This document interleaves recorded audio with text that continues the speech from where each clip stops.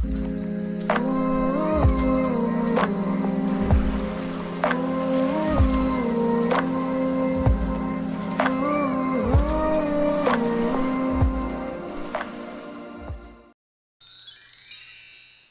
my name's Dan, and this video is one in a series I'm doing on tutorials in games as part of a wider suite of videos on game design.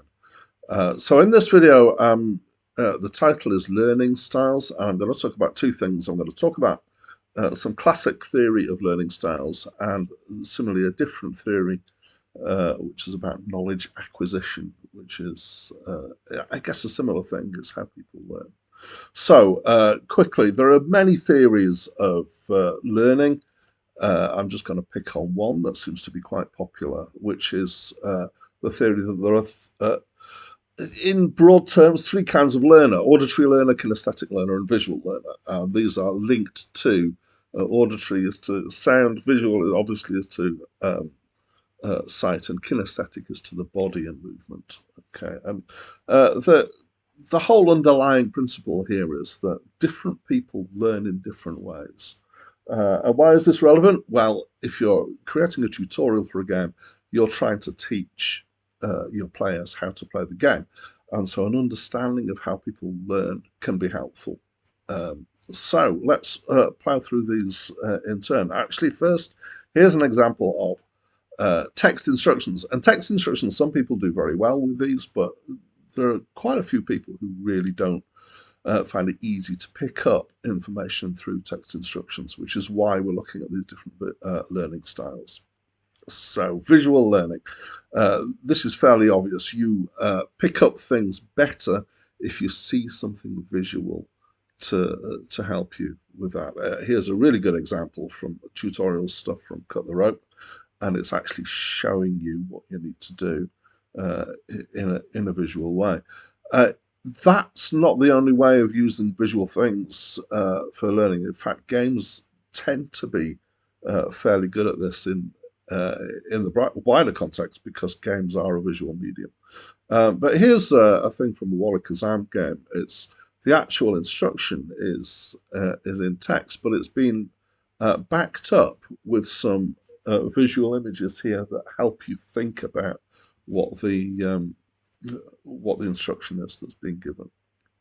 Okay, auditory learning, fairly obvious. This is people who learn better from sound, and actually particularly they tend to pick up things from spoken instructions. And it's well known that the brain processes vocal input through your ears differently to the way that you processes read instructions, so that's written instructions.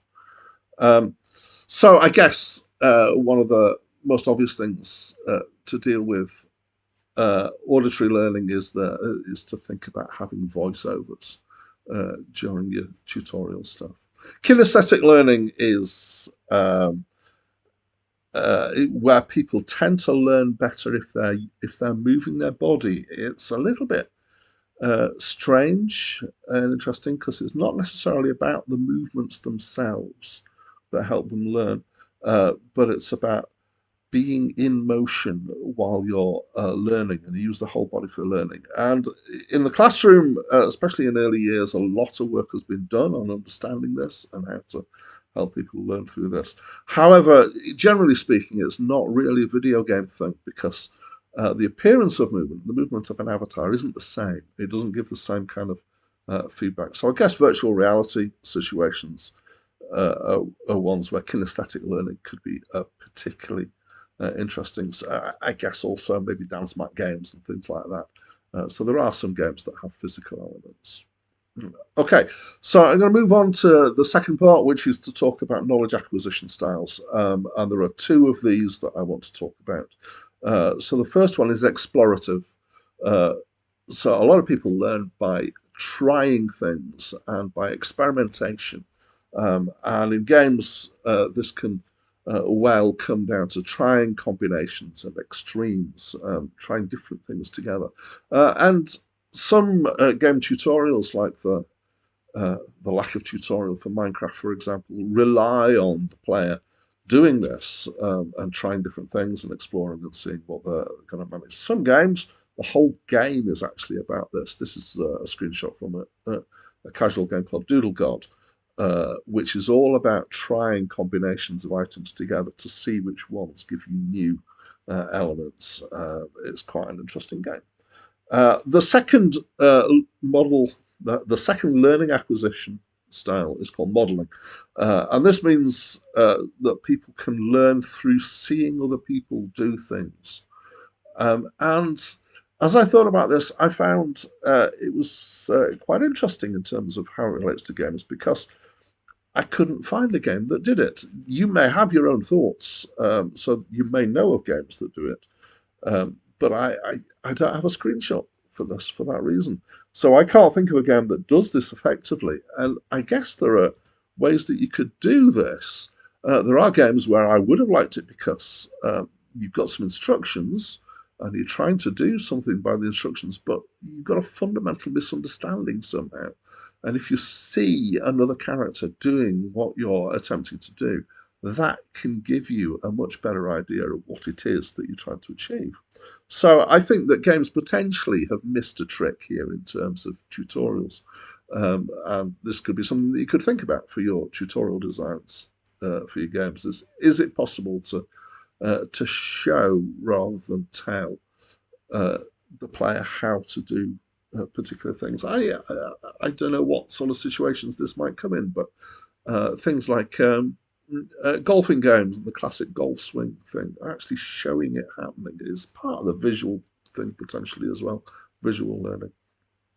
And there might be other examples that you could think of there as well. And just to re-emphasize again this thought that maybe we're missing a trick in the design of game tutorials, as the huge success of this thing called YouTube, which is to a large extent based around the concept of showing people how to do things. And there's millions of videos out there that are visual tutorials where people learn by example. They watch somebody else do something, and then they attempt to do it themselves. So that's a quick look at some learning theories. Learning theories is a subject that you could go into very deeply. And there's lots and lots of stuff for the very simple reason that academics like to pontificate about things, and the thing that's most immediately in front of them is learning when they've got students. And so learning has been studied to a great extent, more than many other subjects.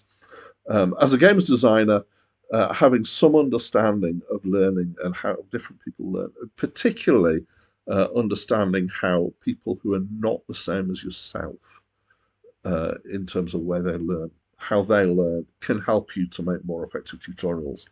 Anyway, that's it from me for now.